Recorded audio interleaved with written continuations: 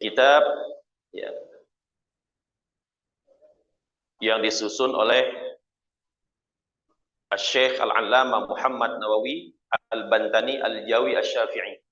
Ya, ini ulama besar kita. Aslinya dari mana? Banten. Ya, ulama besar yang asli dari Banten. Satu lagi saya buat kitab Irsyadul Ibad ila Sabilir Rasyad. Syekh Zainuddin bin Abdul Aziz bin Zainuddin Al-Malibari. Di sini saya ingin menyampaikan ya tentang maqalah atau perkataannya Al-Imam Hasan Al-Basri. Beliau ini dikatakan wahwa min akbarit tabi'in. Salah satu ulama besar dari kalangan tabi'in. Ya. Yang mana beliau ini mengatakan dalam kitab ini disebutkan annahu qala inna fasadal qulubi an sittati asya, bahwasanya rusaknya hati itu disebabkan karena 6 hal. Nah, ini yang sering terjadi kepada siapa? Manusia. Beliau Al-Imam Hasan Al-Basri ini banyak makalah-makalah beliau, perkataan-perkataan beliau,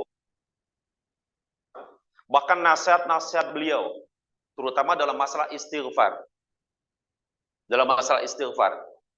Ketika banyak orang yang datang ke rumah beliau mengadukan masalahnya, tapi beliau memberikan solusi hanya satu. Ya, ketika ada yang datang kepada beliau mengadukan tentang apa? Tentang masa paceklik, sulitnya ya untuk bercocok tanam, musim kekeringan, banyak orang ya yang ketika itu kesulitan secara ekonomi. Kemudian juga ada juga yang mengadukan masalahnya tentang apa? Dia nggak punya anak. Ya, sudah beberapa tahun menikah belum juga punya anak. Semua yang mengadukan masalahnya kepada Imam Hasan Al-Basri semua dijawab dengan apa? Kata beliau, istaghfirillah. Cuma apa? Istighfar. Nih, Masya Allah. Ketika itu, ada salah seorang murid beliau yang bertanya, wahai Imam, semua yang datang kepadamu, mengadukan masalahnya kepadamu, engkau memberikan solusi hanya satu. Hanya istighfar. Kemudian apa kata beliau? Bukan aku yang mengatakan demikian. Tapi Allah Subhanahu wa taala berfirman dalam surah Nuh ayat 10 sampai ayat 12.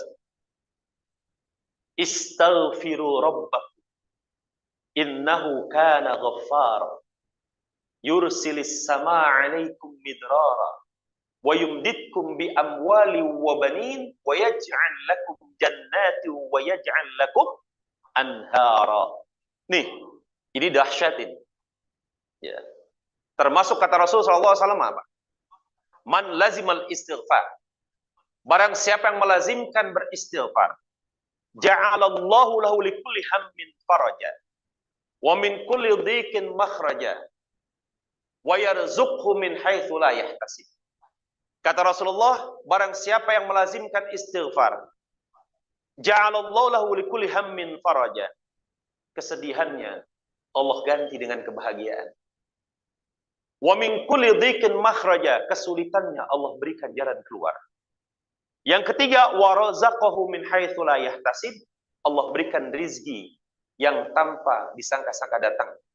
Bahkan ini para ulama banyak yang mengamalkan itu. Ya. Tentang orang yang sulit punya anak. Kemudian dia melazimkan istighfar. Dia baca istighfar, itu suami istri. Yang sudah bertahun-tahun Allah kasih kemuliaan bisa punya anak dengan izin Allah. Dengan izin Allah.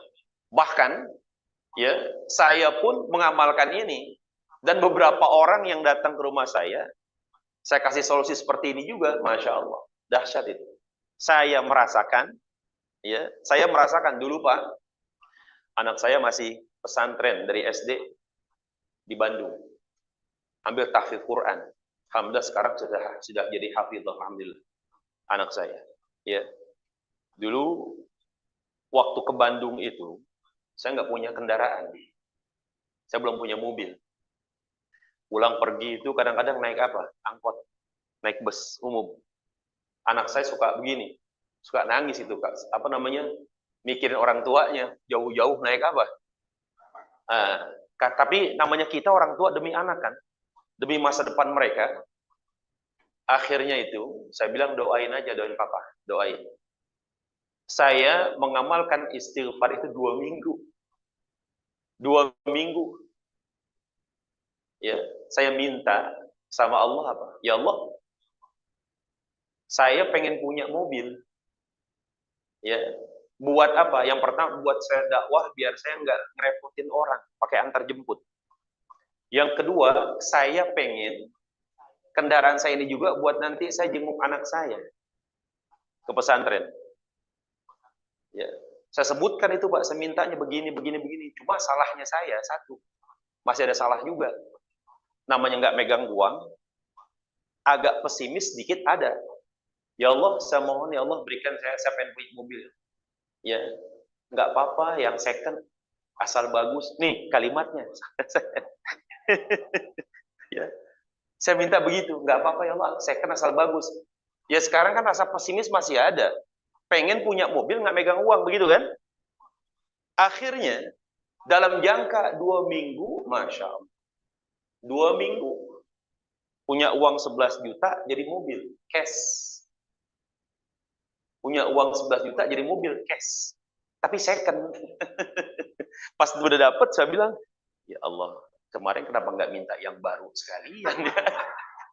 Betul nggak? Iya. Dari situ saya selalu memberikan keyakinan pada orang-orang. Saya bilang, minta jangan tanggung-tanggung.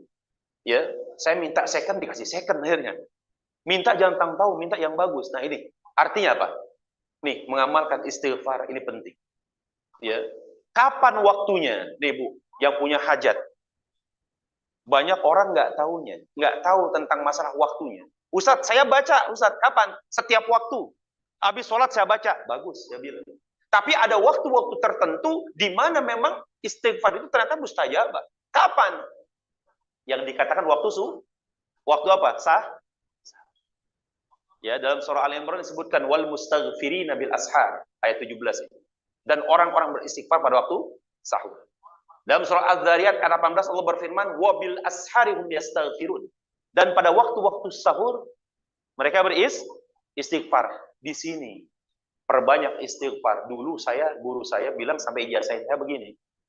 Baca minimal 300 kali. Ya, tapi bacanya jangan astagfirullah, enggak begitu. Banyak orang baca cepat-cepat astagfirullah. Makharijul hurufnya biar benar. Astagfirullah. Sambil Allah, ampuni dosa-dosa saya. Itu bisa nangis sih. Bisa nangis terus baca. Ya, setelah itu menjelang subuh doa itu minta apa yang jadi hajat kita. Terus tiap hari itu, tiap hari. Ini ya yang sudah 2 minggu, rata-rata 2 minggu. Belum pernah sampai sebulan yang ngamalin ini. Nah, ini saya bukan pembahasan bukan ini, cuma saya ingat aja Imam Hasan Al-Basri memberikan solusi ketika ada setiap permasalahan, cuma itu satu, istighfar, nggak ada yang lain. Jadi begitu ya. Ini pengantarnya aja. Di sini beliau mengatakan bahwasanya rusaknya hati itu disebabkan karena 6 hal. Yang pertama, awwaluha yuzibuna biroja'it taubah. Orang ini melakukan perbuatan dosa meskipun dia mengharapkan nanti dia akan taubat. Ini pun merupakan salah satu tanda rusaknya hati. Dia tahu perbuatannya dosa, tapi tetap dia lakukan. Meskipun dengan harapan apa? Oh, nanti juga bisa bertobat. Nanti juga bisa minta ampun. Betul. Boleh nggak? Ya, ya sah-sah saja, cuma ini yang dikatakan salah satu yang menyebabkan rusaknya hati. Mengetahui perbuatan dosa, tetap ia lakukan, tetap ia kerjakan. Meskipun dalam hati kecilnya, gampang. Nanti juga apa? Taubat. Nah, itu begitu. Ya, ini yang dikatakan salah satu apa? Rusaknya hati. Ya. Karena begini, ada dalam hadis sebutkan la saghirata ma'al israr wala kabirata ma'al istighfar. Tidak ada dosa kecil yang dilakukan terus-menerus kecuali lama-kelamaan dia menjadi orang ditumpuk-tumpuk. Makin lama makin banyak. Wala kabirata ma'al istighfar. Dan tidak ada dosa besar kecuali dengan istighfar. Artinya apa? Dosanya akan hancur, akan habis. Ya. Nah, seperti itu. Tapi ingat, ya, dosa di sini, dosa hanya yang berkenaan dengan hak Allah. Ketika kita berbuat maksiat, ya, melakukan perbuatan-perbuatan dosa, karena apa? Maksiat kepada Allah. Ini. Tapi kalau dosa yang berkenaan dengan hakul adami, kepada sesama manusia, ketika kita menzalimi orang lain, dosa ini nggak akan pernah Allah ampuni kecuali apa? Kita minta maaf sama orang tersebut. Nah, ini harus tahu kita. Ya, banyak orang rajin ibadahnya, sering ke masjid, sholat berjamaah, ya, hadir di majelis taklim, tapi menzalimi orang lain, itu masih sering menzalimi orang lain. Ini hati-hati. Ya, hati-hati itu. Khawatir nanti menjadi tuntutan kita di akhirat. Ya, menjadi tuntutan di akhirat. Hati-hati. Yang kita khawatir, harusnya kita ini ketika meninggal membawa amal yang begitu banyak. Tapi ternyata ketika di akhirat menjadi apa? Muflis. Orang yang bokeh, orang yang pailit. Alhamdulillah. Ya, hati-hati itu. Ya, karena apa? Bisa jadi karena kita menzalimi orang, akhirnya apa? Pahala kita diberikan kepada siapa? Orang-orang yang kita zalimi. Kalau sudah habis misalnya pahala kita tersebut, masih ada banyak orang-orang yang pernah kita zalimi belum kebagian jatahnya. Oh, dosanya, dosa orang kita zalimi kembali ke kita itu. Na'udzubillahi min, hati-hati. Ini hadisnya sahih ini. Ya. Hati-hati. Ya, makanya sering-sering ya ketemu saudara, ketemu teman, ketemu apa, minta maaf. Bahasa maaf ini kalimat yang mudah diucapkan tapi sulit untuk dipraktekkan, biasanya begitu. Apalagi kalau orang yang betul-betul kita benci, kita nggak suka. Dan ini hati-hati, sering terjadi juga pada siapa? Saudara dan tetangga biasanya. Betul. Ya, ini hati-hati. Ya, hati-hati. Pengalaman. Enggak. Jadi begini, ya namanya bertetangga kan begitu ya, Pak. Kadang-kadang ada aja. Enggak boleh kita dapat kenikmatan sedikit pada syirik. Enggak boleh kita bangun rumah sedikit syirik. Ya. Ah, itu begitulah. Ya, ya paham sendirilah. Tapi inilah Rasulullah mengajarkan seperti itu. Yang mudah-mudahan kita bisa mengamalkan. Amin ya rabbal alamin. Nah, kemudian ya,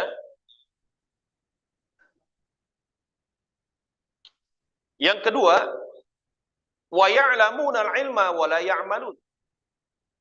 Yang menyebabkan rusaknya hati itu, yang kedua apa? Dia mengetahui ilmunya tapi tidak mengamalkan. Nah, ini kan banyak seperti itu. Contohnya apa? Orang tahu. Yang pertama, dia beragama Islam.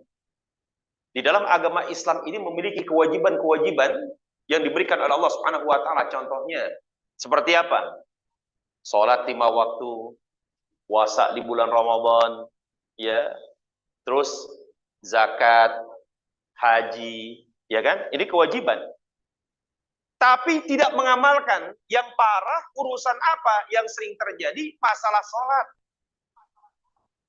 Banyak yang mengaku beragama Islam tapi menyepelekan perkara salat. Menggampang-gampangkan urusan salat, sering meninggalkan salat. Ini hati-hati. Ini hati-hati. Ya.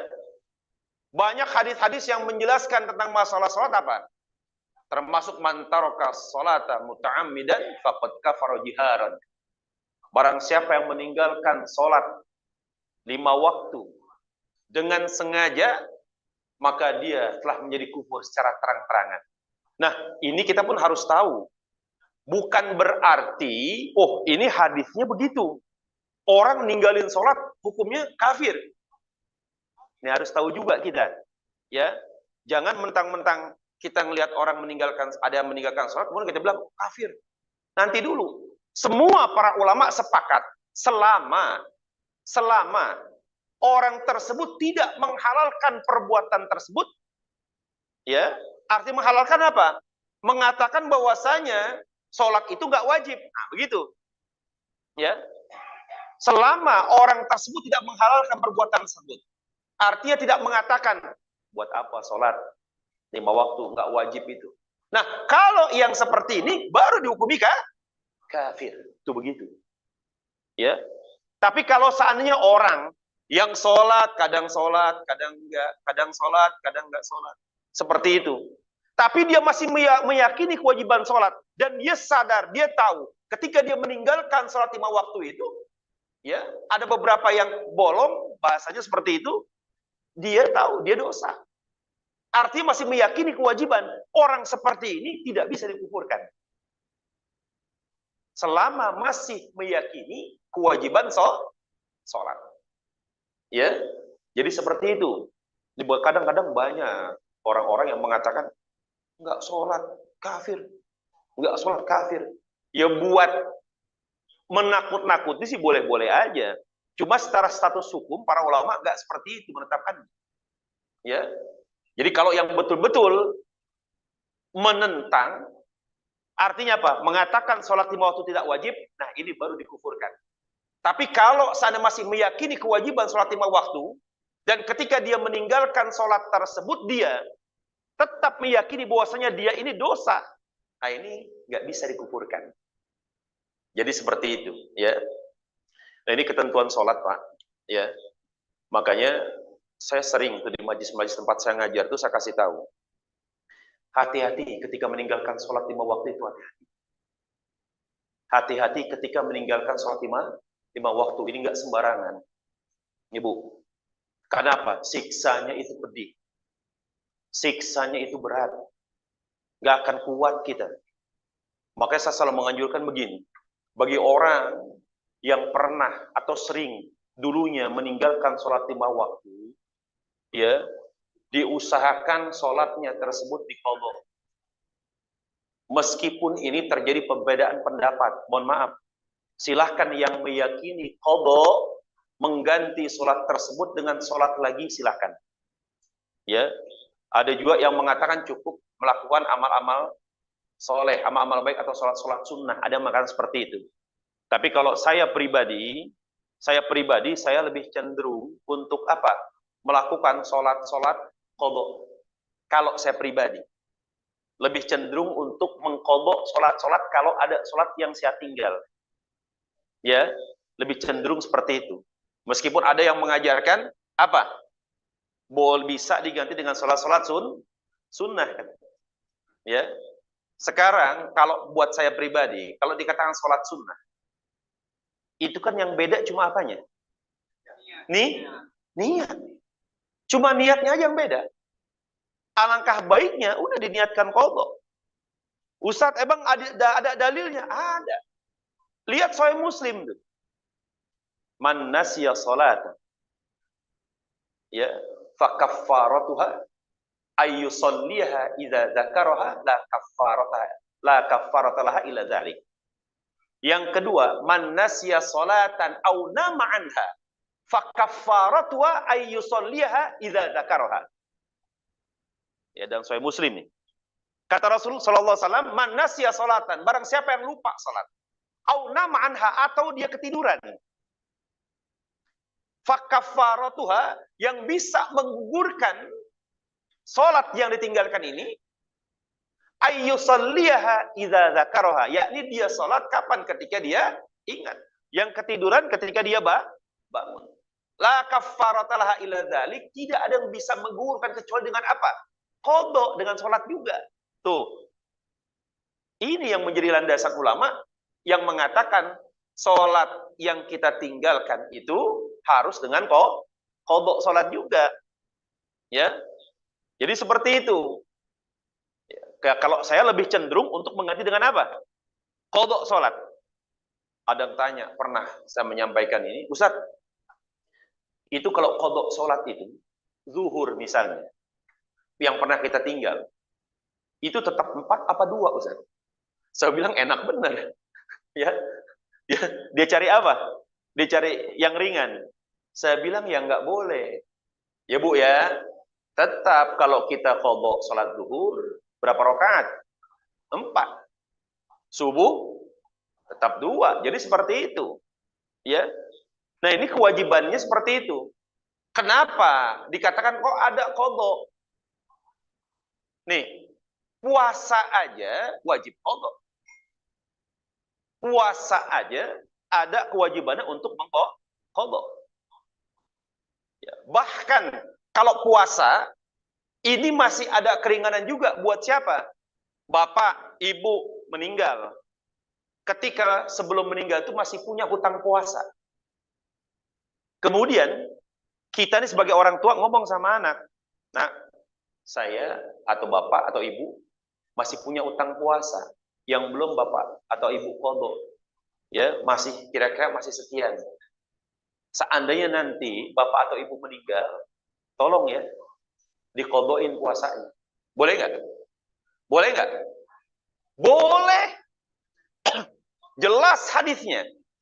Dalam hadis riwayat Sayyidah Aisyah radhiyallahu anha. Kata Rasulullah SAW, man mata wa alaihi siyam shoma anhu waliyuhu. Barang siapa yang meninggal dan dia punya hutang puasa, kata Rasulullah, shoma anhu waliyuhu. Boleh walinya untuk berpuasa untuk dirinya. Boleh. Wali itu siapa? Wali itu bisa pasangan hidup, bisa. Bisa anak, bisa. Bisa juga cucu, bisa. Bahkan dikatakan teman dekat pun bisa. Ya. Tapi berbeda dengan sholat. Nih, kalau sholat itu kewajiban qadhanya itu pribadi. Nggak ada sholat itu diqadha sama orang lain, nggak ada. Jadi kadang-kadang ada yang gampang-gampangin. Seperti itu. Ah, nggak apa-apa, gampang. Puasa aja bisa diqadha sama keluarga, katanya. Antar saya meninggal biarin aja. Kita suruh siapa gitu qadha, katanya. Ya. Ya. Jadi begitu. Kalau urusan sholat berbeda. Makanya sering saya sampaikan sholat ini hati-hati. Perkaranya beda. Sholat dengan puasa. Bahkan disebutkan, ya. Wa akhrajal hakim. Adi bin Umar radhiyallahu anhuma. Hadis ini ya dari Al-Hakim dari Ibnu Umar radhiyallahu anhuma qala. Qala Rasul sallallahu alaihi wasallam, Rasulullah SAW bersabda, awwalu maftaradallahu ala ummati as-salawatul khams. Yang pertama kali diwajibkan oleh Allah terhadap umatku adalah salat 5 waktu. Wa awwalu ma yurfa'u min a'malihim as-salawatul khams. Dan yang paling pertama yang diangkat dari amal-amal mereka itu apa? Salawat 5 waktu. Wa awwalu ma yus'aluna min a'malihim as-salawatul khams. Termasuk yang paling pertama nanti yang akan dipertanyakan, yang akan dimintai pertanggungjawaban oleh Allah di yaumil qiyamah apa? Salat 5 waktu. Makanya kata Rasulullah, awwalu ma yuhasabu bihil 'abdu yaumal qiyamati as-shalah. Yang pertama kali nanti yang akan dimintai pertanggungjawaban oleh Allah Subhanahu wa taala apa? Salat. Salat kita. Ini jadi penentu. Ini jadi penentu. Orang nih nanti kita bisa merasakan dengan diri kita sendiri. Semakin baik salat kita. Ini perhatikan nanti. Semakin baik salat kita, maka semakin terjadi perubahan dalam hidup kita. Semakin baik sholat kita, semakin baik akhlak kita. Buktikan. Ya. Makanya banyak ulama yang mengatakan begini. Rajin, sholat rajin iya. Berjamaah rajin iya. Tapi, naudzubillah, ya, ngomongin orang, ghibah, sering. Ya, jelek-jelekin orang, sering. Ya, intinya bikin maksiat, masih terus dia bikin maksiat. Nah, ini pasti ada yang salah. Di dalam apa? Sholatnya. Kenapa? Inna sholata tanha anil fahsya'i wal munkar. Begitu. Orang yang sholatnya benar pasti jauh itu begitu. Pasti akhlaknya berubah. Pasti kepribadiannya berubah. Pasti itu. Kalau sholatnya benar. Nah, yang dikatakan sholatnya benar yang seperti apa? Nih. Orang yang sholatnya benar karena dia punya ilmu. Orang yang sholatnya benar karena dia punya ilmu. Artinya, orang yang sholat tanpa ilmu, maka sholatnya nggak dianggap benar. Kita dalam urusan apapun butuh ilmu nggak? Butuh. Kita kerja masuk satu perusahaan, pasti perusahaan itu butuh. Ada karakter tertentu, karakteristik misalnya yang dibutuhkan apa nih? Ya, yang dibutuhkan misalnya disebutkan ada satpam ya satpam, sekretaris ya sekretaris misalnya, terus bagian-bagian keuangan, itu kan ada klasifikasinya masing-masing. Dan mereka itu pun butuh ilmu. Ini jangan urusan dunia, butuh ilmu. Urusan akhirat, ya abai. Ya, anggapan mereka apa? Ah, yang penting sholat. Nih, hati-hati. Hati-hati. Di dalam sholat ada yang namanya syarat, ada yang namanya rukun. Syarat itu kapan? Ketika wudu. Wudu ini merupakan syarat sahnya sholat. Kalau kita sholat tanpa wudu, maka sholatnya nggak sah. Seperti itu. Nah, wudunya harus benar. Sebelum wudu ada lagi proses namanya apa? Istinja. Masalah cebok, masalah membersihkan najis. Membersihkan najis bukan hanya yang ada di badan. Harus juga paham membersihkan najis yang ada di pakaian. Penting ini. Bu, biasanya yang nyuci pakaian siapa? Ibu. Saya sering menjelaskan di majelis itu. Ya. Kalau yang namanya mencuci pakaian, jangan pernah dicampur antara pakaian kita, orang tua, dengan pakaian anak yang masih kecil. Paham nih? Bu, siapa yang masih seperti itu? Kalau cuci, misalnya mesin cucinya satu tabung.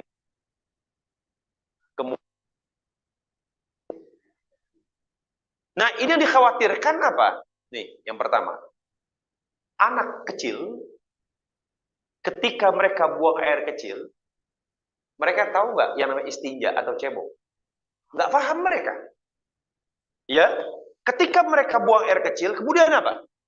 Setelah itu, udah dipakai aja celananya lagi. Nggak, kemudian dia lari. Dia jalan kemana? Itu sisa air kencingnya itu. Mana? Di celananya. Meskipun lama-kelamaan kering. Tapi ketika kering ini berarti masih ada najis. Kemudian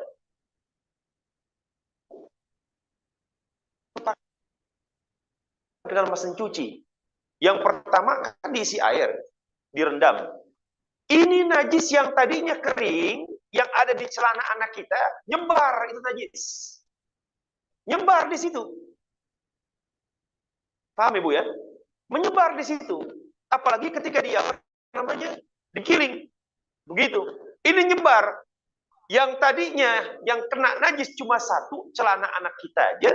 Akhirnya semua yang ada di dalam satu tabung itu terkena tuh lo begitu. Jadi ada caranya dulu untuk menghilangkan najis seperti apa? Jangan langsung dia apa? Dicebur, jangan. Bahkan kalau kita nggak tahu anak kita kencing atau enggak, dipisah. Dipisah. Karena begini, anggapan kita selama ini kita sholat aman-aman aja kita sholat. Kita anggap pakaian kita udah bersih aja. Karena apa? Oh, Ustaz udah pakai sabun, pakai pewangi, bersih Ustaz. Ya, secara zahir iya, tapi secara hukum belum tentu. Gitu. Ya. Najis sudah pasti kotor, tapi yang kotor belum tentu itu begitu. Najis sudah pasti kotor. Secara kacamata agama. Kotor belum tentu najis. Ini pertama, dari masalah najis. Kita udah merasa kita ini udah bersih pakaian kita. Kita pakai sholat. Yang dikhawatirkan ternyata ada najis di situ. Kita nggak tahu. Nggak sah sholat kita. Ya, itu yang pertama. Yang kedua, belum masalah wudhu. Wudhu juga harus belajar, harus paham. Dalam wudhu itu ada yang namanya membasuh, ada yang namanya mengusap. Makanya kalimatnya apa? Fagsilu wujuhakum. Artinya basuhlah. Basuh ini harus ada air yang dialirkan. Berbeda dengan diusap. Usap itu cuma apa? Tangan dibasahin, dipegang atau diusap begitu. Itu usap namanya. Tapi kalau membasuh harus ada yang diairkan. Meskipun dibantu dengan tangan, ada air yang mengalir. Bukan berarti harus banyak. Kayak kita sekarang wudhu gitu, air turun, enggak. Wudhunya Rasulullah berapa sih? Bahkan mandi hadasnya berapa sih? Kan dikit. Adapun ada air di sini yang tergenang, istilahnya, ketika dialirkan ke wajah, ini ngalir, kemudian diratakan, itu sudah cukup memenuhi syarat. Begitu. Bukan berarti harus banyak kayak kita sekarang nih, air ngocor dari apa? Keran. Begitu kan, enggak seperti itu. Bahkan ulama-ulama yang apik, ya, yang betul-betul menjaga, takut mubazir, mereka begitu wudunya. Dibuka sedikit, ada di tangan baru begitu. Keran dibuka lagi, tutup lagi. Begitu. Wudunya sampai seperti itu mereka. Ya, bahkan ada guru besar saya, ya, udah meninggal beliau. Beliau tuh setiap kali ke masjid atau musola, sholat di tempat lain, itu suka kasih uang ke masjid dengan niat apa? Takut ada air yang dia pakai untuk wudu, kelebihan yang dia pakai, yang beliau pakai. Ya, itu begitu, sampai seperti itu, ihtiyatnya, kehati-hatiannya. Itu dari masalah wudu itu, Bu. Ya, nanti babnya beda deh itu. Saya cuma sekilasnya aja. Di sini ada fikih kan? Ada ngajar fikih ya? Nah, ada. Minta dijelaskan biar detail itu. Ya. Kemudian lagi, nih perhatian buat ibu-ibu. Ini masalah sholat lagi. Yang namanya aurat perempuan itu, yang ibu tahu mana?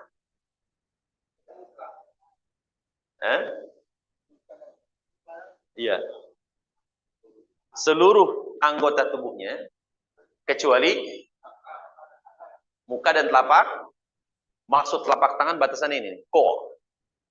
Ya, depan belakang nggak apa-apa. Nih, di sini. Nggak boleh sampai turun. Sini. Nah, muka ini loh yang banyak orang salah. Ya, muka ini yang banyak orang salah. Muka itu min manabiti syar inda ghalibin nas. Dari mulai tempat tumbuhnya rambut umumnya orang, panjangnya ila dzaqan sampai dagu nih. Atau yang dikatakan mujtama'ul lahyain, tempat bertemunya dua tulang rahang. Ya. Nih, di sini. Lebarnya min watidil udhun ila watidil udhun. Lebarnya dari mulai anak kuping kanan, anak kuping kiri nih di sini batasannya. Gitu ya. Nah, ini banyak ibu-ibu yang pakai bagaimana coba saya lihat, pakai di sini, pakai di sini. Betul nggak? Betul nggak? Coba saya tanya, Bu. Ini nanti perhatikan Pak, istri Bapak di rumah atau anak-anak yang perempuan, ketika mereka sholat pakai mukena dia, mereka pakai mukenanya. Kebanyakan pakai di sini. Nih, ya. Ini saya peringatkan, leher ini aurat. Batasan cuma sampai sini. Bukan ini muka, bagian muka. Bukan masuk bagian muka. Tidak. Cukup sampai sini, di ujung. Batasannya. Ini aurat. Salah satu syarat sahnya sholat adalah satrul aurat. Salah satu sahnya sholat adalah menutup aurat. Ya, itu begitu. Nih, buat ibu-ibu, paham ya Bu ya? Paham ya? Kalau sudah ada yang mempraktekkan seperti itu, alhamdulillah bagus. Tapi kalau ada yang belum, dirubah mulai sekarang. Terus bapak-bapak, saya kasih tahu juga hati-hati ini. Banyak ya di antara kita yang sholat, mohon maaf, yang pertama dia nggak pakai kaos dalam, pakai kemeja, kadang-kadang pendek atau pakai kaos pendek, betul nggak? Ketika dia ruku, apalagi sujud, terangkat itu, terangkat, kelihatan di belakang kelihatan. Kadang-kadang meskipun agak panjang, bajunya panjang misalnya, baju kokonya panjang, tapi dia nggak pakai kaos dalam. Ketika dia duduk atau apa, suka kelihatan kan di sini, kebuka, terbuka. Ya, kalau pas bagian aurat misalnya, pada dalam mazhab Syafi'i kan begitu. Ya, ma baina surrah war rukbah di dalam mazhab Syafi'i ini. Kalau yang pakai mazhab Syafi'i, besar sampai lutut. Nah, kalau yang begitu kelihatan bagian pusar bawah sini. Karena apa? Kancingnya ini begini, begitu tuh. Ya, pas ketika dia duduk batal sholatnya. Nah, banyak yang nggak perhatikan itu. Ya, nah ini hati-hati. Apalagi yang bajunya ketat itu begitu, yang bajunya ketat. Dan sering itu, kalau Jumat itu, ya Jumat itu sering begitu. Banyak orang yang memang mungkin mereka nggak ngaji, mereka nggak belajar. Ketika sholat udah cuek aja, pakai kaos ketika ruku atau apa. Bahkan bukan hanya itu, nih kaos yang panjang begini, yang kadang-kadang lehernya agak apa? Agak kendor, agak lebar. Ketika dia ruku, ketika orang tersebut lagi sholat ruku, ininya lebar, ya. Dari depan, seandainya ada orang yang melihat, bisa terlihat itu pusarnya. Karena apa? Ininya lebar nih. Ketika dia ruku pasti tuh turun kan begitu. Seandainya ada yang melihat, bisa terlihat, batal sholatnya. Meskipun nggak ada yang melihat. Secara hukum, batal. Tuh sampai seperti itu. Ulama ihtiyatnya tuh, kehati-hatian sampai seperti itu. Kita wajib nggak hati-hati? Wajib nggak hati-hati? Wajib. Harus itu hati-hati. Ya, kalau kita nggak hati-hati, khawatir bukan apa-apa. Sia-sia amal kita. Sia-sia ibadah kita, betul nggak? Ya, bahkan nih Bu, saya, ya Pak semua, saya selalu menjelaskan di majelis saya itu, saya bilang begini. Ketika kita masuk kamar mandi, ya, usahakan, kan kadang-kadang ada nih, yang di kamarnya itu ada apa? Kamar mandi juga ya, ataupun kamar mandi yang di luar lah misalnya, yang umum. Saya selalu mengajarkan kepada jamaah saya bilang begini.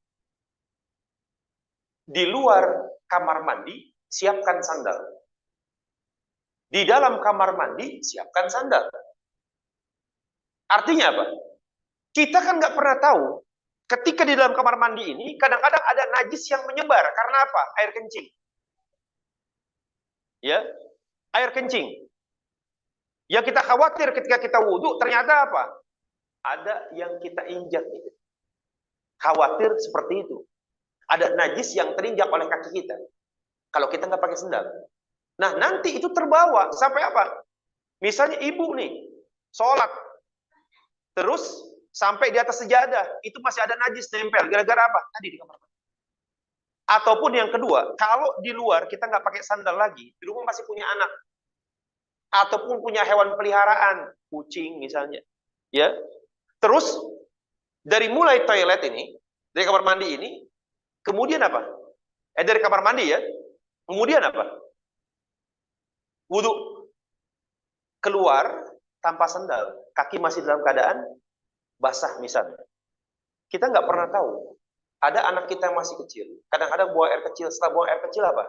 Dia kan lari, ataupun dia jalan, itu ada air kencing yang menempel di kakinya, percikan-percikannya misalnya, itu terbawa, terinjak di lantai, kering. Kita misalnya habis wudhu nih, di tempat wudhu, kemudian misalnya seperti itu, kemudian terinjak misalnya, nempel tuh najis, kering kena basah, nempel dia. Akhirnya apa? Kita pakai sholat, nggak sah sholatnya. Ya, nah ini kembali lagi, ini namanya ihtiyat, kehati-hatian. Usahakan di dalam kamar mandi ada sandal, di luar kamar mandi pun ada sandal. Gitu, paham ya? Nah, itu seperti itu. Nah, ini fase-fasenya dari mulai istinja, membersihkan najis, wudu, baru nanti yang namanya sholat. Sholat ada yang namanya rukun. Rukun dalam sholat salah satunya apa? Tumakninah. Ya, tahu tumakninah ya? Sukunul a'dha biqadri subhanallah. Kita menenangkan diri sejenak seukuran kita baca subhanallah. Kapan? Ketika ruku, ketika i'tidal, ketika sujud, bukan Allahu Akbar, Allahu Akbar, Allahu Akbar, enggak seperti itu. Ya banyak orang seperti itu sholat. Ya, ini kalau nggak ada tumakninahnya tidak sah. Ya, tidak sah. Gitu. Belum lagi makharijul huruf, ini penting. Di dalam Fatihah, Fatihah itu rukun. Fatihah merupakan rukun dalam sholat. Kalau Fatihahnya bacaannya rusak, ini dikhawatirkan nggak sah. Ya, karena apa? berubah satu huruf aja berubah arti, berubah mana. Banyak orang baca ihdinas siratal mustaqim. Banyak ihdinas siratal mustaqim. Bukan pakai qaf tapi kaf. Nasta'in, nasta'in. Ini perlu belajar ini. Karena berubah satu huruf pasti berubah makna, artinya pasti berubah itu. Termasuk orang baca iyyaka na'budu wa iyyaka nasta'in. Dia baca iya tanpa tasydid. Ya, iyyaka na'budu wa iyyaka nasta'in. Udah beda lagi artinya. Nah, ini penting untuk dipelajari. Makanya butuh guru, butuh ilmu. Itu seperti itu. Ya, itu penting seperti itu. Butuh guru atau butuh ilmu. Paham ya semua ya? Ya ini saya juga sambil mengingatkan buat diri saya pribadi, bukan Pak Ustadz masa paling benar. Enggak. Kita sama-sama ngaji. Maka tadi saya bilang, di awal itu, kita minta sama Allah, untuk apa? Teruskan niat. Allahumma rzuqnal ikhlasa fin niyah. Ya. Berikan kami keikhlasan untuk apa? Dalam niat ta'lim seperti itu. Nah, kemudian lagi ya. Ini, Bu, Pak, bagi orang yang meninggalkan sholat 5 waktu. Ada ketentuan-ketentuan yang akan dia dapatkan, termasuk siksanya. Termasuk juga ada kemuliaan yang akan Allah berikan. Orang yang senantiasa melaksanakan sholat 5 waktu, ya, dikatakan man hafadhu 'ala sholati aqrabahu Allah bi 5 khisalin. Barang siapa yang menjaga sholat 5 waktunya, ada 5 hal yang akan Allah berikan kemuliaan untuk orang tersebut. Apa itu? Yang pertama, yurfa'u anhu dhiqul 'aish. Allah angkat itu kesulitan hidupnya. Mudah-mudahan ada yang membuktikan itu. Mudah-mudahan ada sudah membuktikan itu. Yang tadinya hidupnya terpuruk, selalu dipenuhi dengan permasalahan, ataupun secara ekonomi sulit, ada masalah segala macam. Tapi dia mengutamakan untuk apa? Lebih bertakarub pada Allah Subhanahu wa taala. Dia tingkatkan lagi ibadahnya, termasuk sholat 5 waktu dia tidak tinggal. Bahkan dia usahakan berjamaah. Ini yang pertama dikatakan yurfa'u anhu dhiqul 'aish. Allah angkat itu kesulitan hidupnya. Ya. Allah kasih jalan keluar, Allah kasih kemudahan semua. Allah mudahkan semuanya. Nih. Sebab apa? Sholat 5 waktu yang betul-betul dipelihara, yang betul-betul dijaga. Itu seperti itu. Bahkan bukan hanya itu, Pak. Ada satu pengaruh yang besar juga. Ketika apa? Kita punya anak. Anak ini awalnya disuruh ibadah susah misalnya. Ya. Tapi dengan sholat 5 waktu yang betul-betul kita pelihara dan kita jaga, kemudian kita berdoa pada Allah. Untuk apa? Agar anak kita diberikan hidayah. Dimudahkan untuk beribadah dan lain sebagainya. Ini mudah-mudahan dengan izin Allah itu terpenuhi, terkabul, terijabah. Dengan apa? Betul-betul menjaga sholat 5 waktu. Banyak orang kadang-kadang begini, Ustadz sering, kok doa saya belum juga. Padahal saya udah berusaha, ya, ibadah dengan ibadah yang terbaik, sholat 5 waktu berjamaah, iya. Sholat malam saya bangun malam, iya. Amalan-amalan sunnah, baik puasa sunnah juga iya, saya kerjakan. Tapi kok doa saya belum terijabah. Sering nggak seperti itu? Ada nggak seperti itu? Ada nggak? Nah, ini jangan pernah putus asa. Karena apa? Yang namanya doa, kata Rasulullah, ad-doa wal ibadah. Doa itu ibadah. Ada kalanya doa yang kita panjatkan ketika kita minta, ketika itu Allah kabulkan. Karena apa? Memang sudah Allah takdirkan itu.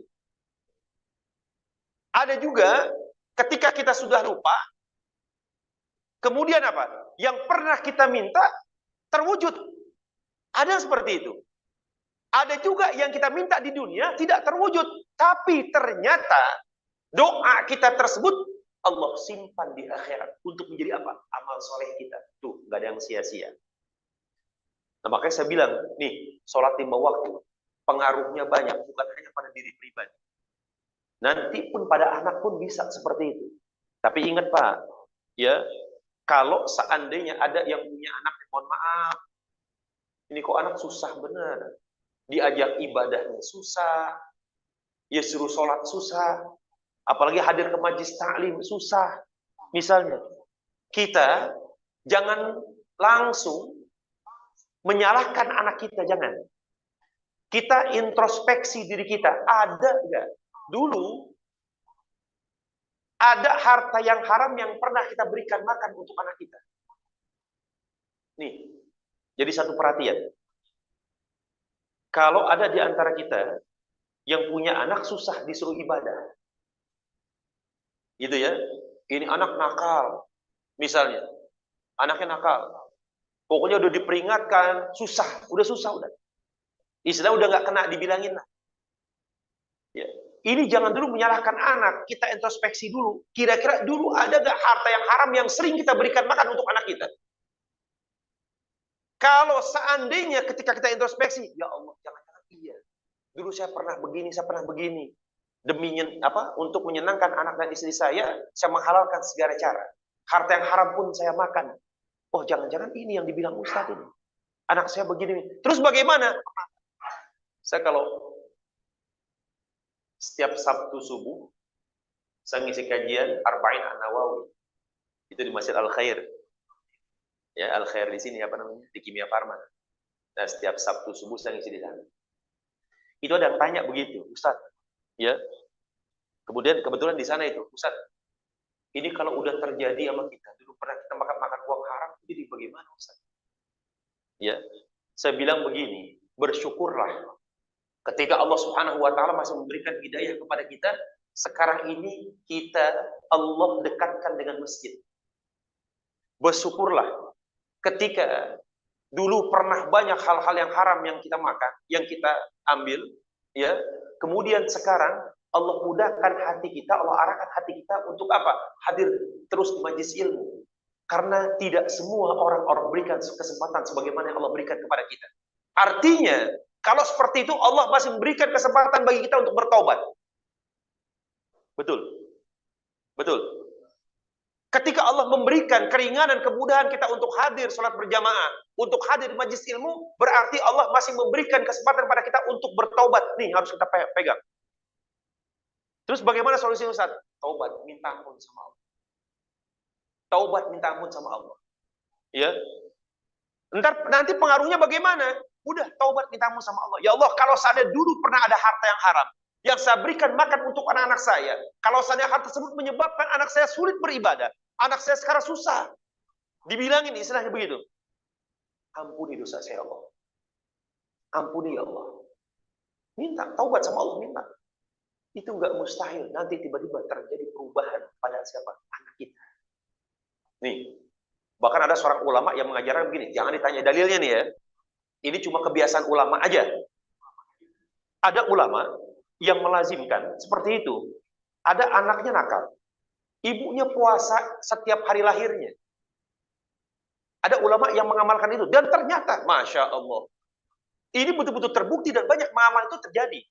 Ini anak susah ibadah. Nggak kena dibilangin orang tua. Nakal. Ibunya kapan? Setiap hari lahirnya. Dipuasain sama ibu. Masya Allah. Ternyata berubah. Terjadi perubahan. Itu begitu. Ya, ini kan haknya siapa? Haknya Allah. Kita cuma ikhtiar aja. Allah yang punya kuasa.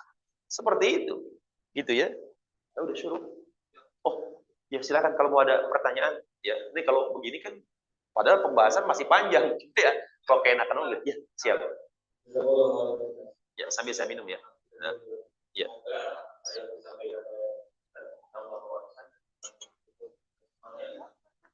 Ini khususnya pikiran. Alhamdulillah dari pencerahan dari hingga dan segala macam, semoga bermanfaat dan Ya, silakan. Oh gitu. Ya. Waalaikumsalam warahmatullahi wabarakatuh.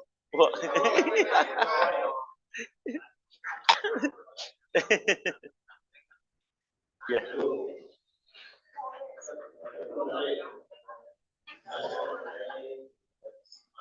Ya.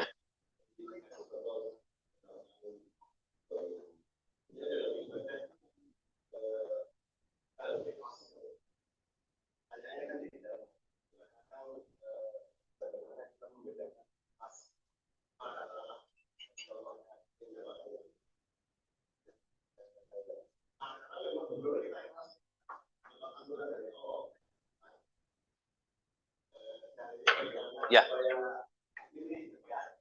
Betul. Baik, saya langsung jawab aja ya.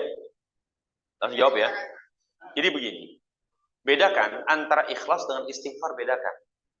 Ya, istighfar dengan istighfar memang dengan niat kita minta ampun terhadap dosa-dosa kita sama Allah. Nih, dengan ikhlas dalam beribadah, ini beda. Tadi ada ketentuannya, Ustadz, bagaimana kalau seandainya kita istighfar itu dengan niat minta sesuatu, boleh nggak? Boleh-boleh aja. Berarti nggak ikhlas. Oh, bukan seperti itu pemahamannya. Karena kata Rasulullah tadi, yang saya sebutkan hadisnya, man lazimal istighfar. Barang siapa yang melazimkan istighfar, ja'alallahu lahu kulli hammin faraja. Akan Allah jadikan kesedihannya jadi kebahagiaan. Wa min kulli dhikin makhraja. Kesulitannya Allah kasih jalan keluar. Termasuk wa razaqahu min haitsu la yahtasib. Allah berikan rezeki yang tanpa disangka-sangka datangnya. Kita pakai ini yang pertama dulu.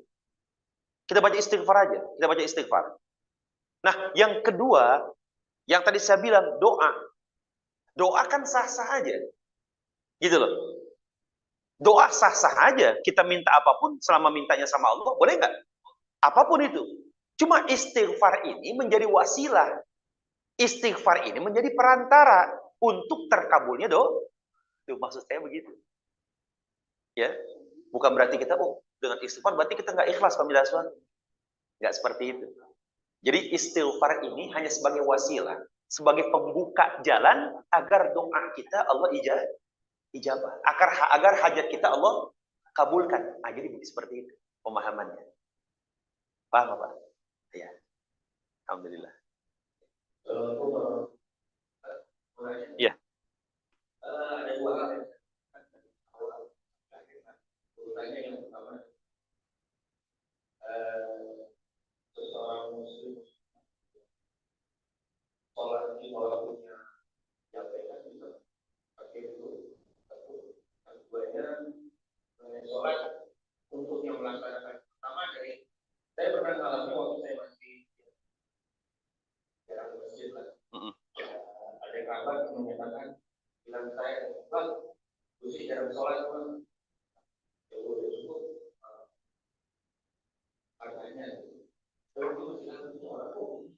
Ya. Keduanya, gimana sih sholat yang bisa merubah sikap seorang muslimah itu?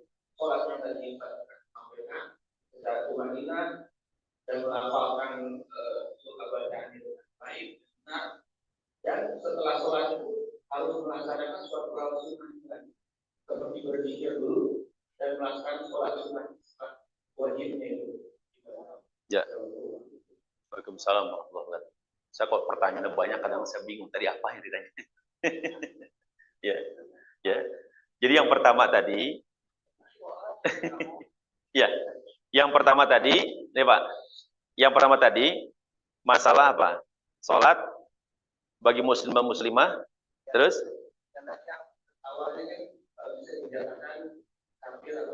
Ya, jadi saya jawab dulu. Nih, bagaimana yang dikatakan? Ya, orang yang meninggalkan sholat nih, yang pertama bisa masuk surga atau enggak? Kan saya jelaskan yang pertama. Kalau seandainya dia mengingkari kewajiban sholat, murtad, otomatis. Dikatakan kafir, keluar dari Islam. Kalau mengingkari kewajiban sholat. Tapi kalau orang selama masih meyakini sholat itu wajib, kemudian ketika dia meninggalkan, dia yakin dia berdosa, Ini tidak bisa dikafirkan. Artinya, seandainya dia pun bertobat minta ampun sama Allah, besar kemungkinan akan Allah ampuni. Nih, bahkan begini. Salah satu kemuliaan nanti syafaat yang bakal Rasul SAW berikan kepada kita, ya. Rasulullah tahu di antara umatnya itu kenapa butuh syafaat? Karena masih banyak di antara umatnya itu yang masih banyak meninggalkan sholat, tidak puasa di bulan Ramadan. Ya, artinya mereka ini pelaku dosa-dosa besar, meninggalkan sholat dosa besar. Nah, mereka butuh syafaat Rasulullah nanti. Maka tadi saya katakan kenapa? Kalau bisa, bukan kalau bisa, wajib dikodok sholat yang pernah kita tinggal. Usahakan dengan apa? Dengan sholat juga. Dengan harapan begini, Ustadz, dulu kan saya banyak sholat yang pernah saya tinggal, masih muda Ustadz. Saya masih muda, saya dulu banyak sholat yang saya tinggal misalnya. Kemudian nanti bagaimana Ustadz? Kodok-kodokin aja. Sekarang ini kita kodok sholat kita. Seandainya pun terlalu banyak sholat yang pernah kita tinggal, belum selesai dikodok, kemudian kita sudah meninggal. Dengan harapan apa? Nanti insya Allah Allah ampuni. Dengan izin Allah. Artinya ada keseriusan kita untuk mengkodok sholat-sholat yang pernah kita tinggal. Karena kata Rasulullah, fadainullahi ahaqqu bil qada. Hutang kita kepada Allah lebih layak untuk dibayarkan. Itu begitu. Ya, itu yang pertama. Yang kedua, apa tadi?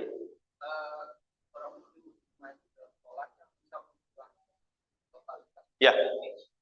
Tadi saya katakan begini. Seseorang itu kalau ibadahnya ingin benar, dia harus punya ilmu. Itu syarat mutlak pertama itu. Harus punya ilmu itu. Karena kalau dia hanya sekedar sholat tanpa ilmu, bagaimana bisa diterima sholatnya? Bagaimana bisa dikatakan sah sholatnya? Nah, ya, yang bisa memberikan asar atau pengaruh adalah sholat yang dilakukan dengan benar. Gitu loh. Yang bisa punya pengaruh. Sholat yang dilakukan dengan benar. Kalau sholatnya benar, otomatis pasti ada perubahan pada dirinya. Pasti itu. Gitu Pak. Jadi butuh ilmu itu. Nggak hanya sekedar sholat-sholat aja. Gitu ya. Itu jawabannya simpel seperti itu. Tidak semua. Ingat. Ya, itu di hadis itu disebutkan apa?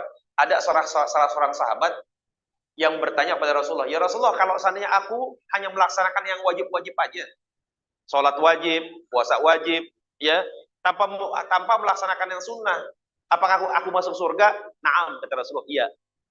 Orang yang hanya mengamalkan yang wajib-wajib aja, kata Rasulullah, ya, dia nggak mengamalkan yang sunnah, yang wajib aja dikerjakan tanpa dia tinggalkan. Dia bilang, sahabatnya bertanya, Rasulullah, apakah ya aku akan masuk surga? Kata Rasulullah, naam, iya. Artinya apa? Yang wajib ini, kadang orang banyak salah kaprah begini, yang sunnah diutamakan, yang wajib ditinggalkan. Nih, contohnya apa? Belajar ilmu agama hukumnya wajib. Ini belajar seperti ini hukumnya wajib. Sholat sunnah, apapun yang namanya sunnah, tetap sunnah. Bahkan kata Rasulullah, ya Abu Dzar, bi antaghdua fatata'allama baban minal ilmi khairun min an tusalliya alfa raka'atin. Wahai Abu Dzar, duduknya engkau di majlis ilmu, mempelajari satu bab ilmu, itu lebih baik daripada engkau sholat 1000 rakaat, sholat sunnah. 1000 rakaat, lu bayangkan. Kita belajar satu bab ilmu aja, pahalanya lebih besar dari 1000 rakaat. Rakaat sholat sunnah tuh begitu. Kadang-kadang orang nggak bisa membandingkan antara yang wajib dengan yang sunnah. Ya, mohon maaf, pernah saya ngisi satu taklim, isi subuh juga begini. Ketika masuk suruk, ada yang marah-marah. Mohon maaf, pas suruk nih, ini jam berapa ini? Udah suruk, sholat katanya. Alhamdulillah, saya bilang. Alhamdulillah. Pernah begitu itu saya. Saya bilang ini, orangnya udah tua. Kata jamaah yang lain, maklum aja Ustaz, saya emang nggak jadi masalah. Cuma itulah yang saya bilang. Orang nggak bisa membedakan antara yang wajib dengan yang sunnah. Ini masih wajib. Sholat sunnah mah sunnah hukumnya. Bahkan 1000 rakaat aja. Ya, ini paling 2 rakaat sunnah. Misalnya, itu baru sampai begitu ini. Itu nggak pantas seperti itu. Bedakan yang wajib loh, ini ngaji nggak wajib loh. Beda dengan sholat sunnah. Gitu ya. Seperti itu. Ada lagi? Cukup?